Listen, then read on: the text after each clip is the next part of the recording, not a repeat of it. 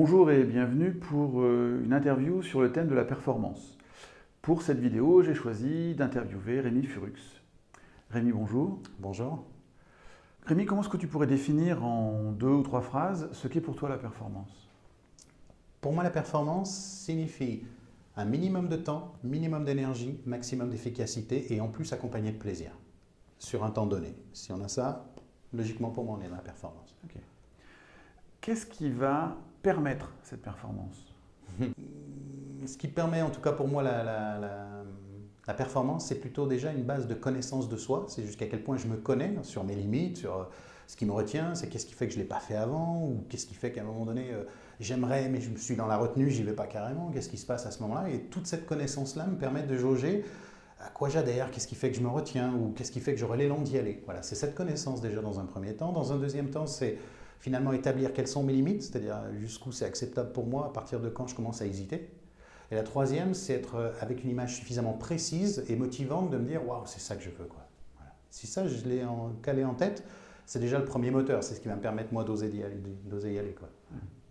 Alors, quand je t'entends le définir comme ça, j'imagine qu'il y a des personnes qui peuvent être heurtées sur un endroit avec l'idée de « Oui, mais c'est quoi le prix à payer pour moi? Quel prix je vais faire payer aux autres ?» Comment tu fais cadrer ce souci de soi, de l'autre, par rapport à cette notion de performance?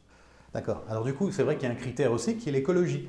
L'écologie, et quand je dis écologie, ça veut dire l'examen des conséquences possibles du choix que je fais. C'est-à-dire qu'avant de foncer dans un truc, je vais vérifier que ça n'empiète pas, ça ne fasse de mal à personne, ni à moi-même d'ailleurs, que ça ne me desserve pas. Je donne un exemple. Si on prend un commercial, la personne me dit, voilà, moi je fais un travail, aujourd'hui j'en ai un peu assez, j'ai l'impression que j'ai un statut d'employé, bon, potentiellement je me dis que si je me lançais comme commercial, mon statut pourrait évoluer au niveau financier parce que je pense que j'aurai un intéressement, une com et autres. Et là, je pense que je vais me lancer vraiment comme commercial. Je vais y aller, je vais me mettre à fond et je me dis que moi, je veux au moins entre 4 et 5 000 euros facile par mois. Quoi. Alors que là, pour l'instant, je tourne à 1 500 et là, franchement, j'en ai ras-le-bol. Je dis, ok, très bien, j'entends, hein, c'est son objectif. L'examen des conséquences, c'est avant de foncer là-dedans, est-ce qu'il est conscient des responsabilités qui sont liées à ce job et les conséquences liées à ce job? C'est-à-dire, en gros, est-ce qu'il est conscient sur le fait qu'à un moment donné, il risque d'être seulement 2 soirs par semaine chez lui? Parce qu'il risque probablement d'être en déplacement. Est-ce que sa compagne est d'accord avec ça? Par rapport à sa fille, est-ce que pour lui c'est acceptable le fait de moins la voir pour dire d'assurer ces 4 ou 5 000 euros qu'il est en train de me décrire? C'est ce qu'on appelle l'examen des conséquences. Une fois que tout ça a été vérifié et que tout le monde est OK, je veux dire même sa compagne lui dit bah écoute, oui, au moins sur une tranche de 2 ans, pourquoi pas, et ça nous permettrait d'acheter, j'en sais rien. C'est respectable. Mais il ne s'agit pas de foncer sans vérifier l'examen justement de ses conséquences au préalable. Ce qu'on appelle l'écologie quelque part. Est-ce que tu es en train de dire que du coup, quelqu'un qui serait dans l'enthousiasme de son projet, qui verrait juste son objectif et ce que ça va lui apporter, qui ne verrait pas tout ce fameux prêt à payer pour lui et pour son entourage, pourrait contre-performer parce que ça serait comme des boulets à tirer à un moment donné? C'est ça. Et je serais même tenté de dire, j'évite régulièrement, pour les gens en tout cas, de prendre des décisions dans des moments d'euphorie ou des moments où on ne va vraiment pas bien. En général, on doit être plutôt neutre et très clairement éclairé en se disant oui, je sais pourquoi je le veux et je peux en parler de façon calme, douce, et en même temps c'est déterminé. Ce qui est différent de oh, j'ai envie, mais c'est comme un feu de paille en fait, ça va s'éteindre aussi rapidement. Ou alors c'est je suis au 30e dessous et régulièrement les gens vont prendre le moins pire et certainement pas le meilleur comme décision. Est-ce que tu veux dire que du coup quand nous sommes affectés par nos émotions, nous ne sommes pas dans la meilleure position pour décider de où nous voulons aller, dans quelles conditions nous allons y aller? Disons que ça altère le discernement par le fait que si je vois tout en rose, je me dis oui, ça va le faire, je ne vais pas prendre assez de précautions et il est probable que je me rétame. Comme à l'inverse, si je ne suis vraiment pas bien, alors même que les solutions peuvent être à côté de moi, il est probable que je ne les vois pas. Parce que j'ai juste l'impression que de toute façon ça ne va pas le faire, c'est fini. Donc les émotions, je serais tenté de dire, elles sont aidantes, parce qu'elles montrent qu'on est vivant, elles nous permettent de nous sentir vivants. La difficulté, c'est quand j'ai des choix à faire ou quand je fonce dans des objectifs, j'évite d'être dans des pics, que ce soit dans les deux extrêmes, dans le fait d'aller super bien ou pas du tout. Voilà, c'est vraiment une neutralité qui permet ensuite, après un travail de clarification d'objectifs, d'être clair du pourquoi j'y vais. Et en fait, il y a même 3 choses qui permettent à quelqu'un de performer. C'est j'aime ce que je fais. Alors déjà, c'est une clé. Si j'aime ce que je fais, ça veut dire que je peux le faire plus longtemps sans forcément me dire oh, maintenant c'est bon, j'ai fait mes heures, je peux arrêter là. Je suis OK de rester un peu plus longtemps parce que j'aime vraiment et je suis presque payé du plaisir que j'ai à faire les choses. Deuxième aspect, j'ai le sens de pourquoi je fais les choses. Si j'ai le sens du pourquoi je fais les choses, dans le pourquoi je fais les choses, eh bien, du coup, c'est plus simple pour moi d'être au clair sur mes motivations personnelles, de me dire, oui, je sais pourquoi je le réalise, mais quand je dis signification, c'est aussi la direction, c'est où est-ce que je vais et pourquoi j'y vais. Si je suis clair sur ces deux aspects-là, ça c'est le deuxième point, ça m'aide à maintenir mon effort dans la distance, dans la durée. Et le troisième aspect, c'est j'y crois. J'y crois suffisamment pour que si quelqu'un me dit « Attends, c'est bon, franchement, les commerciaux ou les coachs ou je sais pas quoi, c'est tous des rigolos », je ne peux pas laisser dire un truc pareil. Je ne peux pas laisser dire un truc pareil parce que pour moi, je ne crois pas la même chose. Ça me demande d'y croire suffisamment pour appuyer de la solidité dans mes propos. Et quand j'ai ces trois aspects, ça fait un trépied. C'est une totale solidité. Il suffit qu'il m'en manque un des trois pour que ce soit quelque chose d'instable. Et des fois, la personne aime ce qu'elle fait, elle a le sens de pourquoi elle fait, elle oublie d'y croire suffisamment pour dire d'oser le faire, ou bien elle y croit, elle aime, mais potentiellement elle a oublié le sens du pourquoi elle fait les choses. Et c'est ce qui fait qu'elle se démotive dans le temps. Si on a ces trois aspects, on est vraiment solide, et là on peut aller loin. Alors, je me souviens d'une conversation que nous avons eue il y a quelques années autour du pourquoi, et j'avais bien aimé le recadrage que tu avais proposé à la personne que tu accompagnais. Si je me souviens bien, c'est quelqu'un qui voulait, je crois que c'était écrire un livre, mais dans le pourquoi, il y avait quelque chose de l'ordre de si je réussis à écrire, alors je serai quelqu'un. Il y avait quelque chose de très identitaire comme bénéfice. Et je me souviens que tu avais fait un recadrage intéressant pour éviter que la personne s'associe de manière identitaire au livre. Tu veux bien nous en reparler?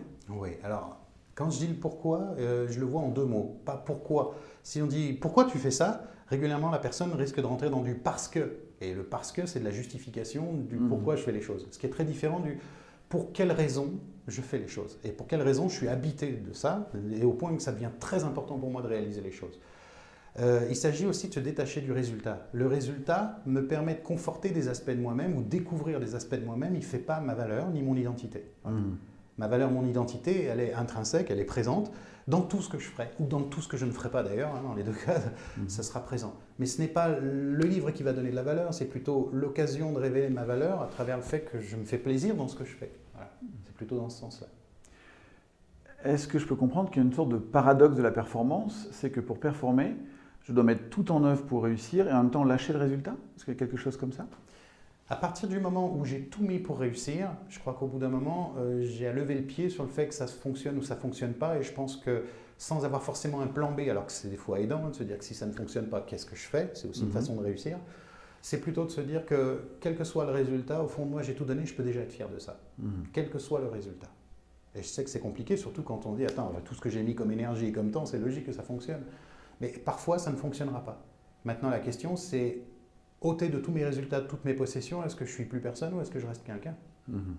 Et il s'agit de développer pour moi une identité suffisamment solide, des points d'appui qui permettent de traverser quelles que soient les situations. Voilà.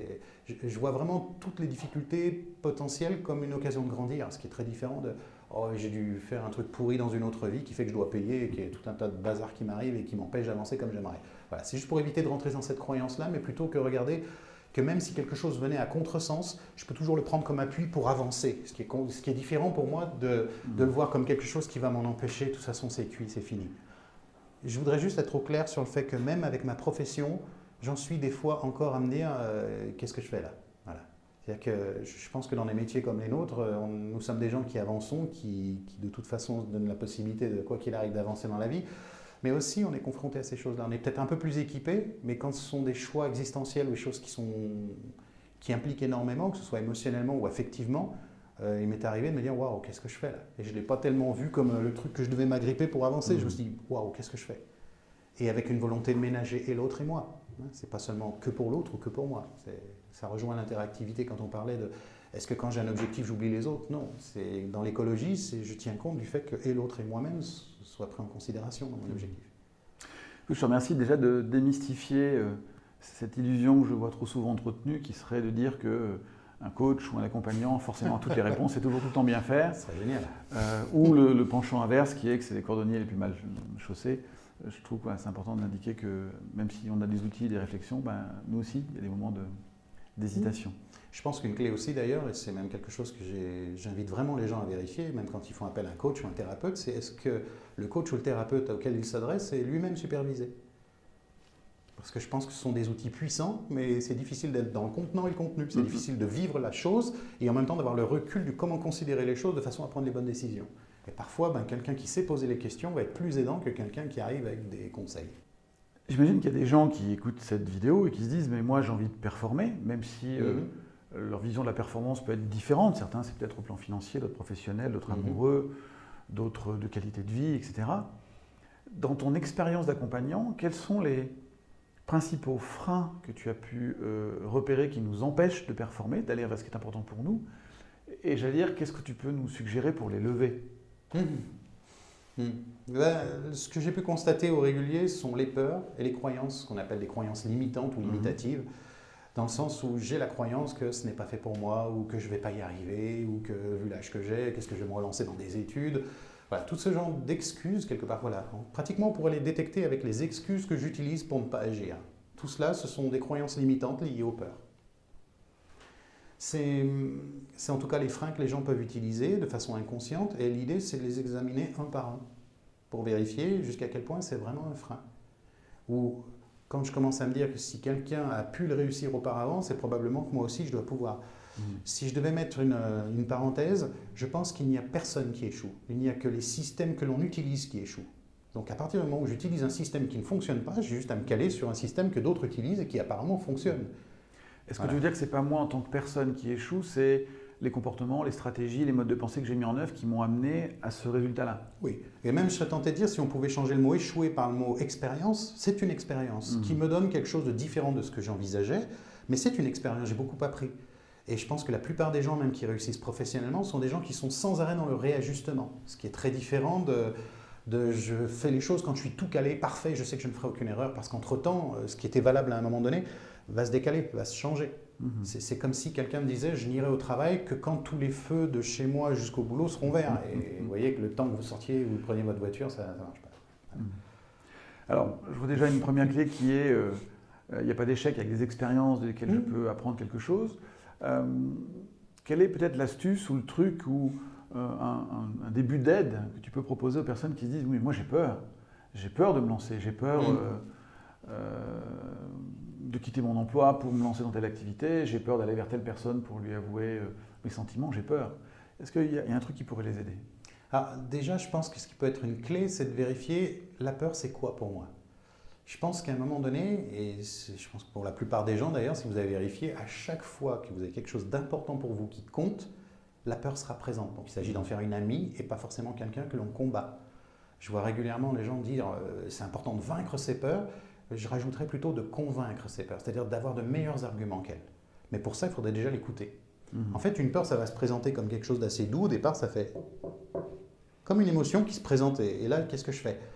Quand je sais qui est derrière la porte et que je sais que je n'ai pas forcément envie de la recevoir, j'ai tendance à ne pas l'écouter. Sauf qu'elle, comme elle a besoin de me dire un truc important, en général 2 messages, elle va y aller un peu plus fort et de plus en plus fort jusqu'au moment où elle met des coups de pied dans la porte et là, ça devient compliqué d'ouvrir. Donc je pense que la peur au début du prémisse, des débuts du début, quand elle a commencé à apparaître, c'est vraiment l'accueillir. Et l'accueillir serait presque de l'ordre de j'ouvre la porte, oui bonjour, qu'est-ce que tu veux de bon pour moi en faisant ça? Quand elle m'a dit ce qu'elle avait à me dire, une fois que je l'ai écouté, je serais tenté de dire que je peux passer à autre chose et surtout écouter une autre partie de moi. Vous savez, celle qui te permet d'oser, celle qui sent que tu es suffisamment équipé pour pouvoir y aller et quelque part qui te connecte à ta confiance. Mais si je n'écoute que ma peur, parce que sous prétexte qu'elle parle un peu plus fort que les autres, du coup elle devient décisionnaire. J'ai un nouveau dieu dans ma vie, c'est ma trouille. Ce qui est très différent de... Je peux l'entendre comme une conseillère, mais certainement pas comme une décideuse. La décideuse, c'est cette part de moi qui a envie de réaliser telle chose et qui potentiellement se sent la capacité et l'envie de le faire. Voilà. Donc, une fois que je l'ai écouté, je te remercie, je peux ensuite écouter cette autre partie de moi qui se sentait capable de le faire. Je fais, ok, qu'est-ce que tu me dirais, toi, qui me permettrait d'oser y aller et qui me permettrait en plus de le faire en confiance? Et quand je dis en faire une amie de la peur, c'est de se dire qu'à chaque fois que les choses vont compter pour moi, elle sera présente. Donc, certainement pas lutter, mais comprendre qu'elle n'est qu'une conseillère. Maintenant, pour ceux qui se disent, c'est quoi les 2 messages? Parce que je dis, il y a 2 messages dans une peur. Le premier, c'est, prends soin de toi. Le deuxième, c'est, tu sais que ce que tu es en train de faire compte. C'est important pour toi. Ok. Quand j'entends que c'est important pour moi et que j'ai à prendre soin de moi, à partir du moment où je sais rassurer ma peur sur le fait que je m'engage à faire telle et telle chose sur ces aspects-là, je peux ensuite écouter une autre partie de moi qui me dirait, tu es capable d'y aller. D'ailleurs, c'est pour ça que tu as ce désir. Si tu as le désir, c'est que tu es capable de le réaliser. Après qu'il y ait des peurs, la peur, elle a une raison d'être qui est de la protection. Elle est là pour me protéger. Pour faire gaffe, hein, tu ne vas pas tête baissée, comme on dit, et tu te prends un mur. C'est plutôt, est-ce que tu as examiné les conséquences? Ça me rappelle que ce qui est important pour moi, si elle est présente, ça veut dire que ça compte. Voilà. Si vous vous foutez de quelque chose, vous n'avez aucune peur. Hein, si on se fiche de quelque chose, si je veux dire ça n'a aucune importance, je peux faire la chose, je ne ressens aucune peur. Je ne parle pas d'inconscience, hein. Je n'ai pas de peur, ça ne compte pas. Dès que ça compte pour vous, que ce soit une prise de parole en public, que ce soit l'échange d'une opinion vis-à-vis d'un hiérarchique, ou proposer un projet, ou demander une augmentation, ou même ne serait-ce qu'aborder une jolie fille si vous êtes un monsieur, ou l'inverse, vous faire remarquer d'une personne que vous appréciez, oui, bien sûr qu'elle sera là présente. Et est-ce que vous avez remarqué la fierté que l'on a derrière quand on l'a surmontée? Et la surmonter, c'est faire avec. Ça ne veut pas dire l'éliminer. C'est accueillir qu'elle soit présente et c'est aussi tracer avec. Voilà. C'est ce qu'on appelle le courage d'ailleurs. Est-ce que ça veut dire aussi que dans ta vision de la performance, il y aurait comme, je sais pas, comme un escalier, comme une gradation pour se faire des challenges qui soient à la hauteur de ce que je peux gérer et non pas vouloir tout de suite gravir l'Everest? J'aime la notion de réussite, on va dire, les unes suite aux autres. C'est-à-dire, en fait, une conséquence de petite réussite, pour moi, est plus performante qu'une réussite dans 2 ans. Parce que la réussite dans 2 ans, ça me demande d'être motivé, mais je vais le pêcher où, ma motivation? Si maintenant, j'augmente mon niveau de qualité ou j'augmente mon niveau de performance au régulier, je commence à travailler aussi sur l'image, la considération que j'ai pour moi, c'est-à-dire l'estime de soi, la confiance en soi, et ce qui me permet d'oser d'autant plus. Tout à l'heure, en préparant l'entretien, tu as associé la performance avec l'amour par opposition à la peur. Qu'est-ce que tu entends par là? Je pense qu'on a 2 carburants en fait qui nous permettent de tracer dans la vie, c'est le plaisir et la douleur. C'est-à-dire le désir de faire quelque chose parce qu'on se rend compte que ça va nous apporter des choses extraordinaires, ou alors c'est la peur des conséquences possibles, si ça ne se passait pas, j'aurais tout un tas de problèmes, et pour fuir ces problèmes, quelque part, ça va une possibilité d'agir. On va mettre sa manette dans la dynamique d'agir. Et je pense qu'à partir du moment où j'agis avec mes peurs, ça crée au niveau corporel des choses qui sont de l'ordre de la fermeture, de la protection, voire même j'ai une tendance à viser potentiellement la moins pire des solutions, ce qui est rarement la meilleure des solutions. Si j'étais en confiance et d'un sentiment de réceptivité, d'ouverture, de calme, de tranquillité intérieure, de solidité quelque part, qui rejoindrait plus une notion d'aimer la situation plutôt que de la fuir ou de la combattre, là je suis ouvert à tellement d'options et de possibilités que je ne les verrais même pas si j'étais dans mes peurs en réalité. Donc avant de foncer dans un objectif, j'ai tendance à penser de travailler l'attitude intérieure, l'alignement intérieur sur le fait que ouais, j'aime vraiment ce que je fais. Et ça a du sens au plan le plus profond, quoi. Ce qui est différent de ouais, quand j'aurai ça, j'imagine que. Alors je l'imagine, mais est-ce que c'est vrai? Est-ce que c'est concret? C'est aussi ce qu'on vérifie dans l'écologie, l'objectif.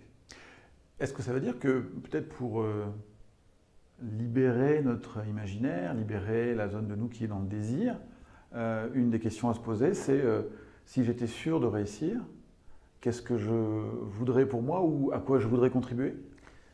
Je ne l'amène pas tout à fait comme ça en fait la question. Si j'étais sûr de réussir, la personne déjà elle va y aller avec la crainte actuelle de est-ce que je peux réussir. D'accord. Donc elle va y aller avec tous ses doutes. C'est plutôt, ok, si tout était possible, avec aucune possibilité d'échec, qu'est-ce que tu ferais?